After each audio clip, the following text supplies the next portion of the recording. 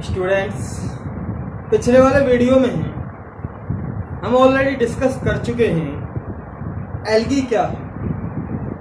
ऐसा प्लांट जिसमें न तो रूट होता है, न स्टेम होता है और न ही लीव्स होती है। Root, stem and leaves are absent. ऐसे प्लांट्स को हम क्या कहते हैं? एल्गी। एल्गी बोले तो थैलोफाइटा ग्रुप में आता है। थैलोफाइटा भी कहते हैं इसे और एल्गी भी कहते हैं, कोई भी नाम रख सकते हैं आप। तो एल्गी के बारे में हमने डिस्कस किया था। काई, नॉर्मली इसे भी कहते हैं काई, जो हरी हरी सी आपने देखा होगा नदी तालाब में आसानी से मिल जाती है देखने को।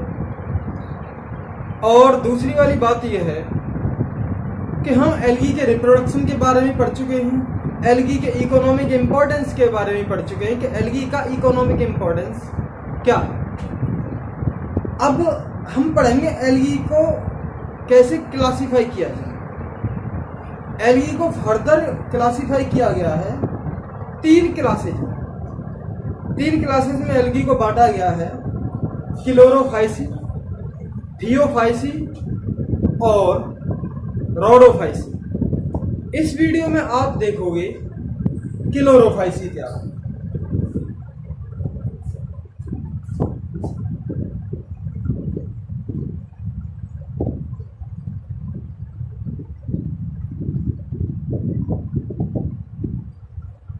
क्लोरोफाइसी क्या है?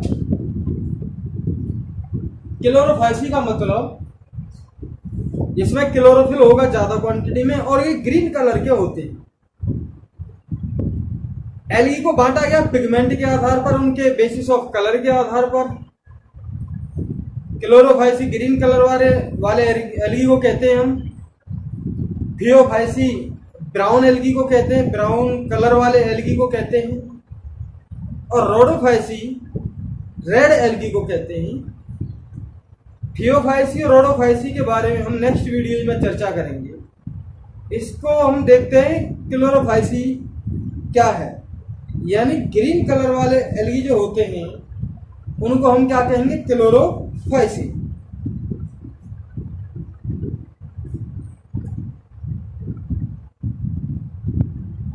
मेंबर्स ऑफ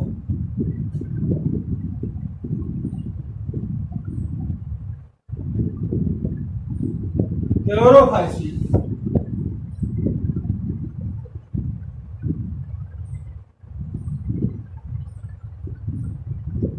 commonly called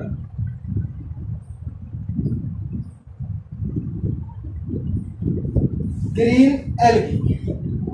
इनके मेंबर्स को हम नॉर्मली क्या कहते हैं? ग्रीन एल्गी कहते हैं। अब ये कैसे होते हैं, इनका साइज कैसा होता है, आकार कैसा होता है, ये देख लेते हैं। साइज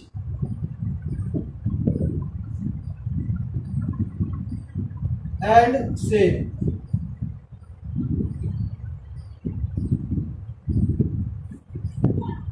शेप और साइज कैसा होता है? यूनिसेलुलर होते हैं। जैसे आपने देखा होगा क्लेमैडोमोनास है, यूनिसेलुलर है। तो इसका मतलब क्या है? माइक्रोस्कोपिक शेप होगी उसकी। हम उसे देख सकते हैं माइक्रोस्कोप की हेल्प से। नेक्ड आई से वी कैन नॉट सी। बहुत छोटे छोटे होते हैं। हालांकि ये बात है कि बहुत छोटे छोटे जब एक जगह बहुत ज्यादा क्वांटिटी में इकट्ठा होते हैं तो हमें आसानी से दिख जाते हैं।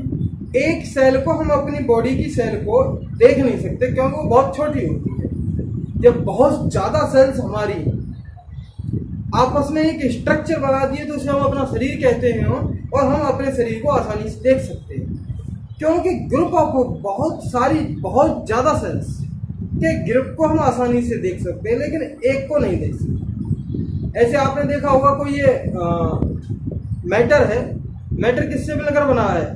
एटम से मिलकर बना है। एक एटम को हम नहीं देख सकते और बहुत ज्यादा एटम जब आपस में इकट्ठा होते हैं तो मैटर बनता है, उसे हम आसानी से देख लेते हैं।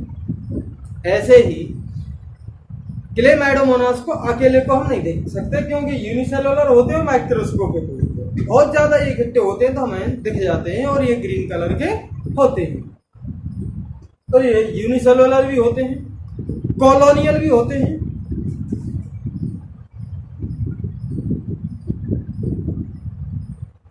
बहुत ज्यादा है, मैंने बताया था, ऐसे हैं और कॉलोनी की फॉर्म में रहते हैं। बहुत आपस में मिलकर, जैसे इसका एग्जांपल हम दे सकते हैं वॉलवॉक्स, आपस में मिलकर रहते हैं, कॉलोनी के फॉर्म में रहते हैं, ग्रुप में रहते हैं, झुंड में रहते हैं, तो इसे हम क्या कहेंगे? कॉलोनियल। और ये जो है फिलामेंटस होते हैं।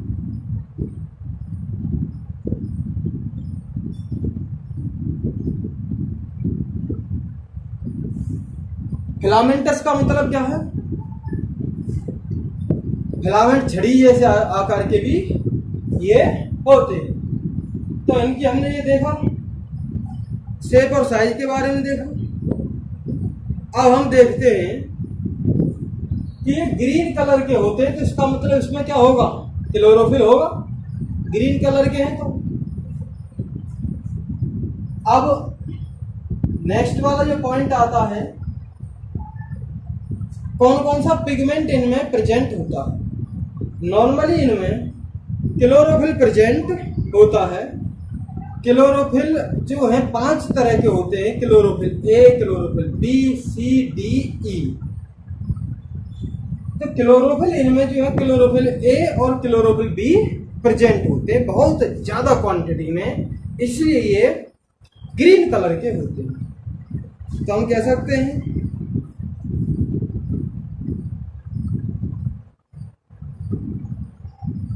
Chlorophyll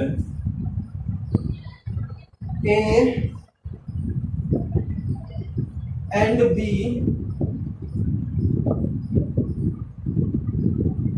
are present,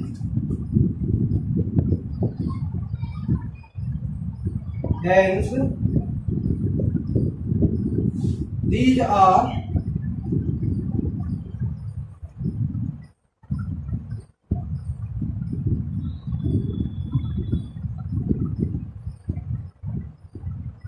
green colour. Chlorophyll A और बी प्रेजेंट होते हैं तो ये ग्रीन कलर के होते हैं। और ये क्लोरोफिल कहाँ पर प्रेजेंट होगा? क्लोरोफिल जो है क्लोरोप्लास्ट में प्रेजेंट होते हैं। ये तो नॉर्मल सी बात है। अब यहाँ पर बात आती है, क्लोरोप्लास्ट भी अलग अलग तरह के होते हैं। कुछ प्लेट लाइक स्ट्रक्चर के होते हैं, कुछ जो होते हैं डिस्कॉइड थाली जैसे स्ट्रक्चर के होते हैं, कुछ रेटिकुलोइड जालीनुमा स्ट्रक्चर के होते हैं, कुछ जो होते हैं कप जैसे स्ट्रक्चर के होते हैं, कुछ रिबन या धागे जैसे, वो जो फीता जैसे स्ट्रक्चर के होते हैं, कुछ स्पाइरल शेप्ड के होते हैं। तो ये क्लोरोफिल भी, सॉरी क्लोरोप्लास्ट भी इसमें अलग अलग शेप के होते हैं। तो हम कह सकते हैं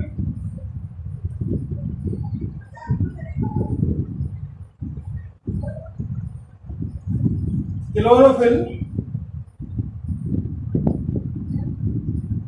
प्रेजेंट इन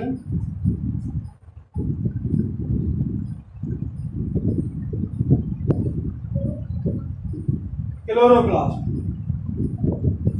क्लोरोफिल क्लोरोप्लास्ट में प्रेजेंट होते हैं।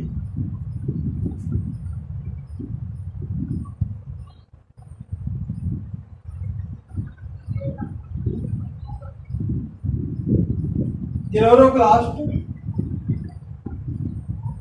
में भी या डिस्कॉइड शेप के होते हैं,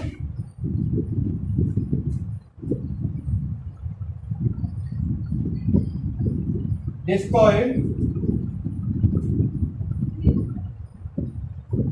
प्लेट लाइक,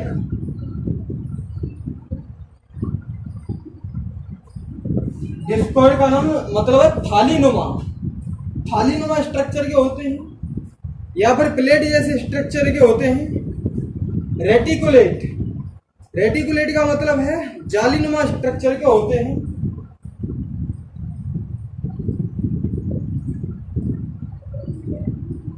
जालीनुमा स्ट्रक्चर के ये होंगे। या फिर हमारे कप जैसे स्ट्रक्चर के होंगे,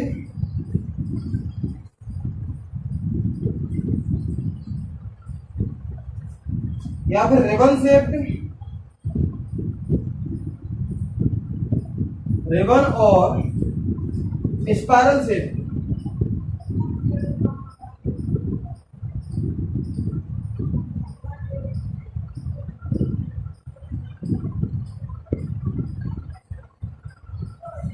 ये क्लोरोप्लास्ट थालीनुमा जैसे होगा, जैसे थाली जो होती है, प्लेट जैसी होती है, ऐसे भी होते हैं। रेटिकुलेट जाल जैसे, ये जाल बन गया, इस तरह के स्ट्रक्चर के होंगे। कप सेट जैसे कप होता है, उस स्ट्रक्चर के भी होंगे। रिबन शेप फीता जो होता है लंबे लंबे से, ऐसे भी होंगे। स्पाइरल शेप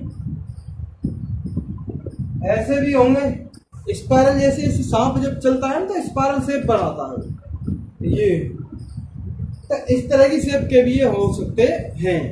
अलग अलग तरह के क्लोरोप्लास्ट पाए जाते हैं। और ये ऐसा नहीं है कि एक कोई ग्रीन एल्गी है उसमें ये सारे अलग अलग तरह के क्लोरोप्लास्ट नहीं, ये किसी ग्रीन एल्गी में पाया जाएगा तो किसी ग्रीन एल्गी में पाया जाएगा, यानी डिफरेंट ग्रीन एल्गी में ये अलग अलग तरह के क्लोरोप्लास्ट पाए जाते हैं। ये बात आपकी होनी चाहिए। अब इनकी स्टोरेज जो बॉडी होती है उनको हम क्या कहते हैं? पायरेनोइड्स। स्टोरेज जो बॉडी होती है क्लोरोप्लास्ट में होती है, जहां पर कोई सब्सटेंस स्टोर होता है उसको हम क्या कहेंगे? पायरेनोइड्स कहेंगे। स्टोरेज बॉडी को जो क्लोरोफिल में क्लोरोप्लास्ट में पाई जाती हैं उसे हम पायरेनोइड्स कहते हैं। पायरेनोइड्स स्टार्च के अलावा प्रोटीन भी स्टोर करती है।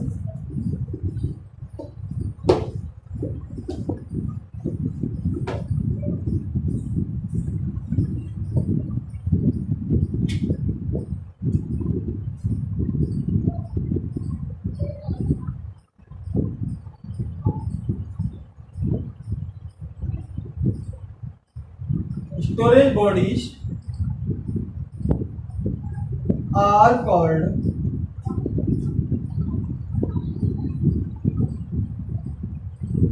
पायरेनोइड। स्टोरेज बॉडी को हम क्या कहते हैं? पायरेनोइड कहते हैं।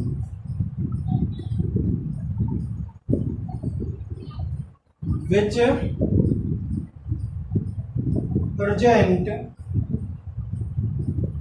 in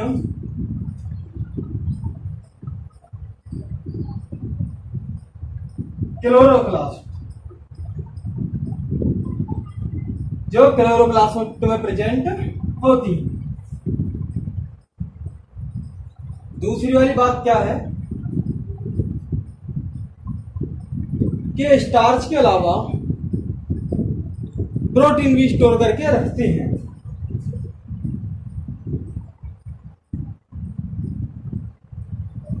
पायरेनोइड स्टोर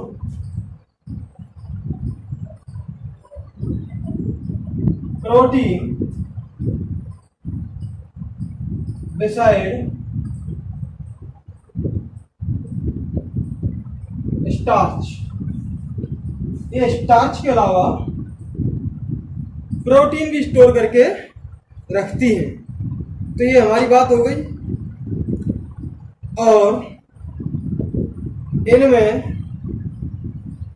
कुछ एल्गी में reserve food material, storage body हम किसको कहते हैं? स्टोरेज बॉडी जिनमें रिजर्व फूड मटेरियल पाया जाता है उसी को तो हम स्टोरेज बॉडी कहेंगे। अब कुछ जो है स्टोरेज बॉडी वो बाहर भी पाई जाती हैं और ऑयल ड्रॉपलेट्स के फॉर्म में पाई जाती हैं। ऑयल ड्रॉपलेट्स भी के फॉर्म में पाई जाती हैं, ऑयल ड्रॉपलेट्स के फॉर्म में पाई जाती हैं। और वो क्लोरोप्लास्ट के बाहर पाई जाती हैं, जैसे छोटी छोटी बूंद, जैसे ऑयल की बूंद जो बन जाती है उस फॉर्म में। और उसके अंदर वो क्या रखती हैं? अपना रिजर्व फूड मटेरियल रखती हैं। कुल मिला के बात यह है, रिजर्व फूड मटेरियल जिसमें पाया जाता है उसे हम क्या कहते हैं, स्टोरेज बॉडी कहते हैं। और जो स्पेशल तरह की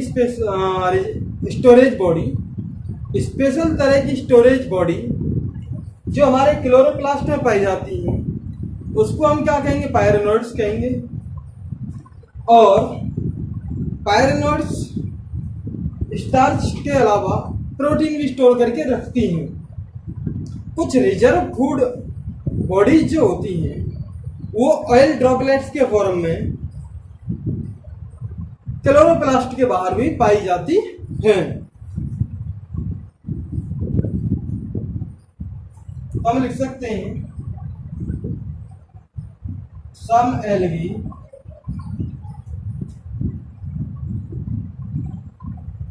store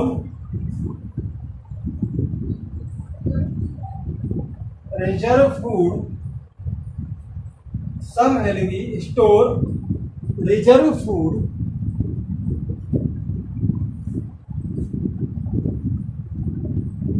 in form of oil droplets। Oil droplets के फॉर्म में वो रिजर्व फूड मटेरियल को कुछ एल्गी रखते हैं। ये बात आ गई। अब इनकी जो सेल वॉल है, इन एल्गी की जो सेल वॉल है वो किससे बनी होती है, सेलुलोज की बनी होती है। और बाहर वाली लेयर जो है पेक्टोस की बनी होती है। ग्रीन एल्गी की सेल वॉल में दो लेयर पाई जाती है, अंदर वाली लेयर सेलुलोज की बनी होगी और बाहर वाली लेयर पेक्टोज की बनी होगी।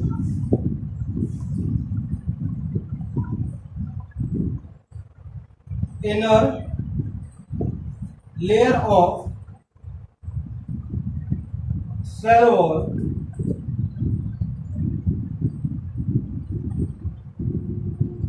Made by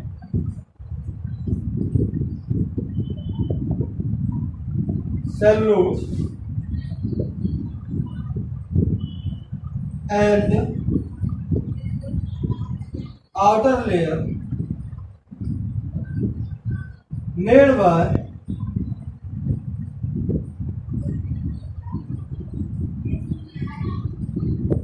pectose. अंदर वाली लेयर सेलुलोज की बनी होती है, बाहर वाली लेयर पेक्टोज की बनी होती है। ये बात हो गई आपकी सेल वॉल के ऊपर। अब आ जाता है इसमें रिप्रोडक्शन। रिप्रोडक्शन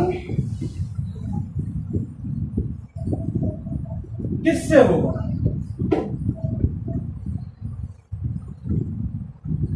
क्लोरोफाइसी में भी तीन तरह के रिप्रोडक्शन पाए जाते हैं, वेजिटेटिव रिप्रोडक्शन, एसेक्सुअल रिप्रोडक्शन और सेक्सुअल रिप्रोडक्शन। आपको मैंने पहले ही बता दिया, वेजिटेटिव रिप्रोडक्शन तो नॉर्मली हम फ्रेगमेंटेशन से करते हैं, तो पहला लिख लेंगे।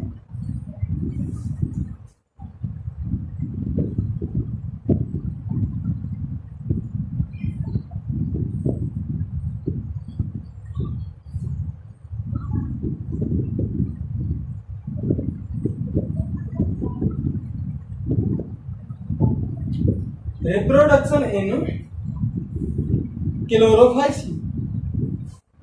क्लोरोफाइसी में रिप्रोडक्शन किससे होता है?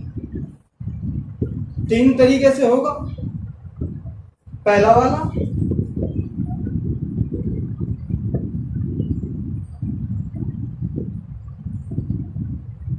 वेजिटेटिव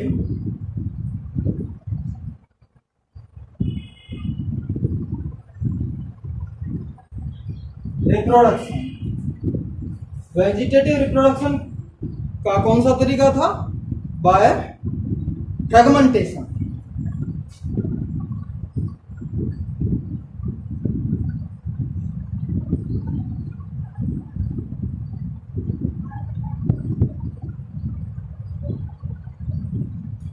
बाय फ्रेगमेंटेशन, फ्रेगमेंटेशन से रिप्रोडक्शन होता है। और एसेक्सुअल रिप्रोडक्शन,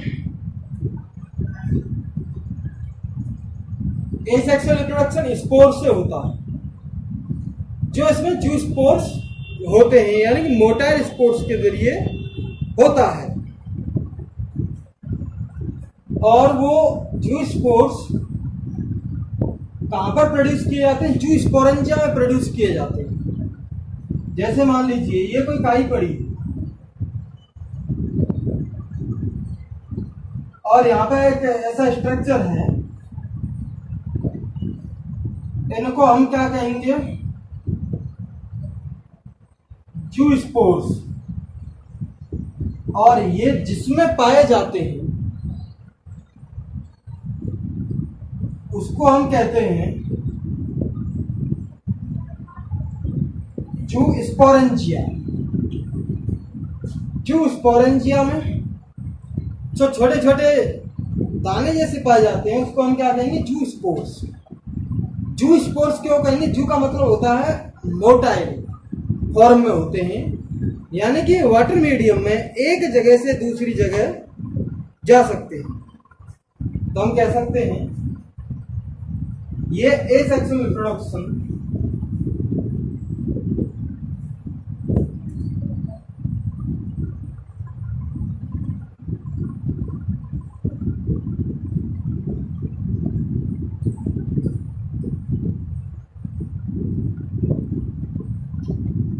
एसेक्सुअल रिप्रोडक्शन किससे होता है? जू स्पोर्स।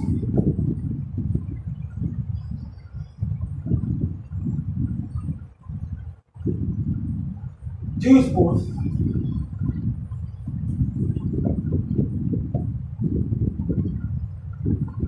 which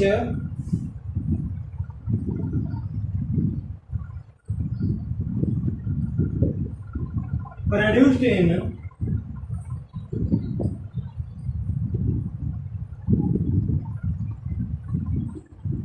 जू स्पोरेंजिया।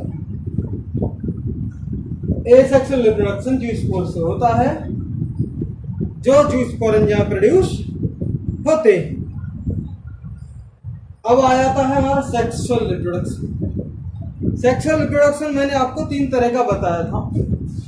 आइसोगेमस, जिसमें गैमीट सिमिलर साइज के होते हैं। एनिसोगेमस, जिसमें गैमीट डिफरेंट साइज के होते हैं। oogamous, जिसमें गैमीट फीमेल गैमीट बड़ा होता है और नॉन मोटाइल होता है, और मेल गैमीट छोटा होता है और मोटाइल होता है। ये बात हो गई। तो जो सेक्सुअल रिप्रोडक्शन होता है वो 3 तरीके से होगा।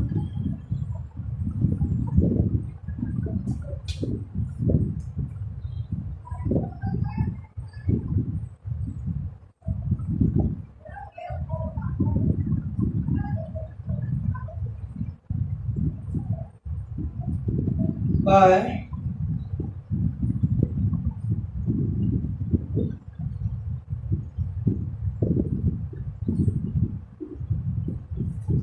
Isogamous,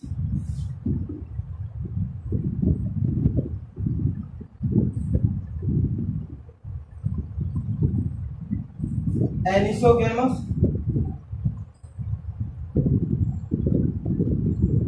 oogamous। अब ये देखते हैं वेजिटेटिव रिप्रोडक्शन में एल्गी है, छोटे छोटे पार्ट में टूट जाएगा और हर एक टूटा हुआ पार्ट नया एल्गी बना देता है। एसेक्सुअल रिप्रोडक्शन में इसमें क्या है कि स्पोर्स प्रोड्यूस होते हैं और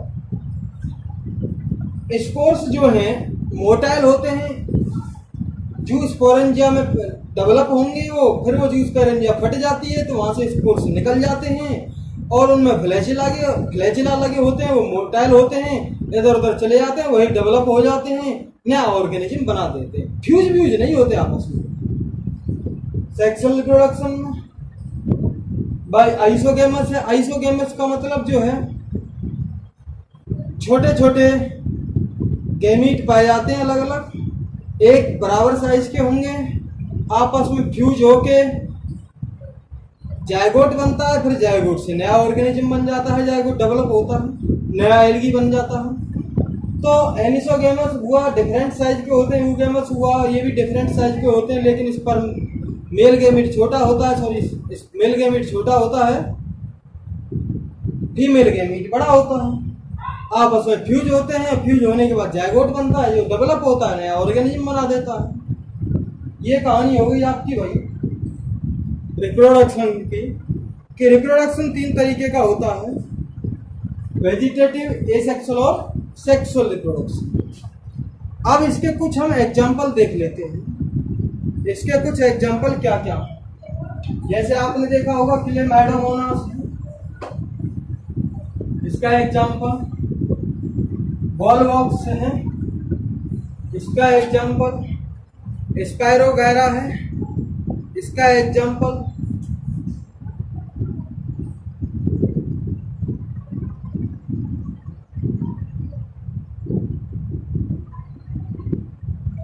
क्लेमाइडोमोनास,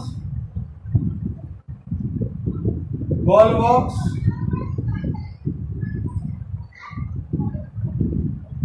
स्पायरोगैरा,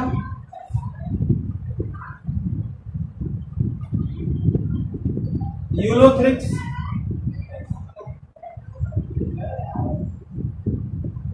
कारा, चलो ईटीसी कर, चारा नहीं है ये, चारा नहीं है, कारा, CHR है। तो ये इसके एग्जाम्पल हैं, आप इनके एग्जाम्पल लिख सकते हैं। ये सारे ग्रीन कलर के होते हैं, इसलिए हमने किसके एग्जाम्पल रखे, क्लोरोफाइसी के। इस वीडियो में दोस्तों आपने पढ़ा क्लोरोफाइसी जो ग्रीन एल्गा के बारे में होता है, उसमें उसका शेप साइज क्या होता है, उसका स्टोरेज बॉडी के बारे में जाना आपने, डिफरेंट टाइप के क्लोरोप्लास्ट्स के बारे में जाना, कौन कौन से क्लोरोफिल इसमें पाए जाते हैं उसके बारे में जाना आपने, इसके रिप्रोडक्शन के बारे में जाना और उसके एग्जाम्पल्स के बारे में जाना। तो उम्मीद करते हैं वीडियो आपको पसंद आई होगी, चैनल को लाइक और सब्सक्राइब कर लें। Thank you very much.